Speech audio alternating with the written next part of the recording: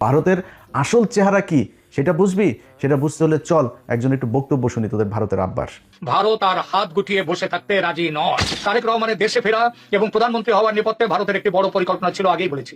কথা ছিল আওয়ামী লীগের বিরুদ্ধে কোনো প্রতিশোধমূলক রাজনীতি হবে না এবং উগ্র মৌলবাদী শক্তি বিশেষ করে জামাতের প্রভাব নিয়ন্ত্রণ করা হবে। কিন্তু প্রধানমন্ত্রী হওয়ার পর থেকেই তারেক রহমানের ভোল বদল শুরু হয়েছে।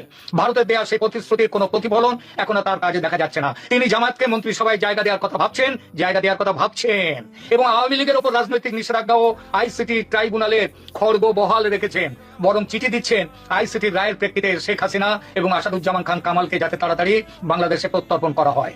দিল্লির কূটনীতিকদের মতে এটি ভারতের সাথে করা বড় ধরনের কথা খেলাপি বা বিশ্বাসঘাতকতা। আওয়ামী লীগের ওপর থেকে নিষেধাজ্ঞার খাড়া তোলার কথা আর উঠছেই না।